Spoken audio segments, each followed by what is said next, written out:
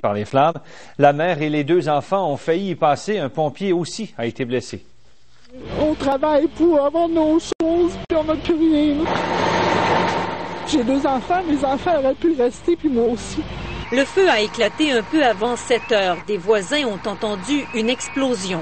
C'était tellement vite que c'était vraiment, peu pas de panique, c'était vraiment quelque chose. Ils ont sorti les enfants, on a sorti, puis ça n'a pas été long que ça a tout pris, là. Le garage, l'auto. Est-ce que les policiers-pompiers vous confirment que c'est criminel? Oui.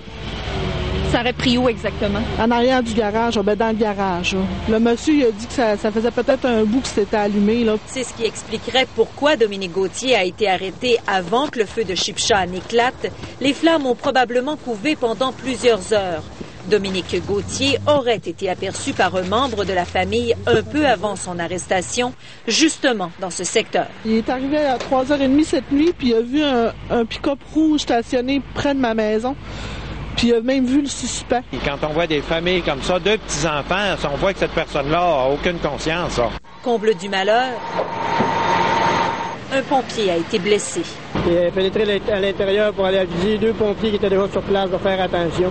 Et à ce moment-là, quand c'est à peu près dans le centre de l'appartement, le plafond s'est affaissé. Pauvre homme, il y a des côtes de brisées, de la difficulté à respirer. Heureusement, les blessures sont mineures. Les blessures étaient localisées vraiment au niveau du thorax.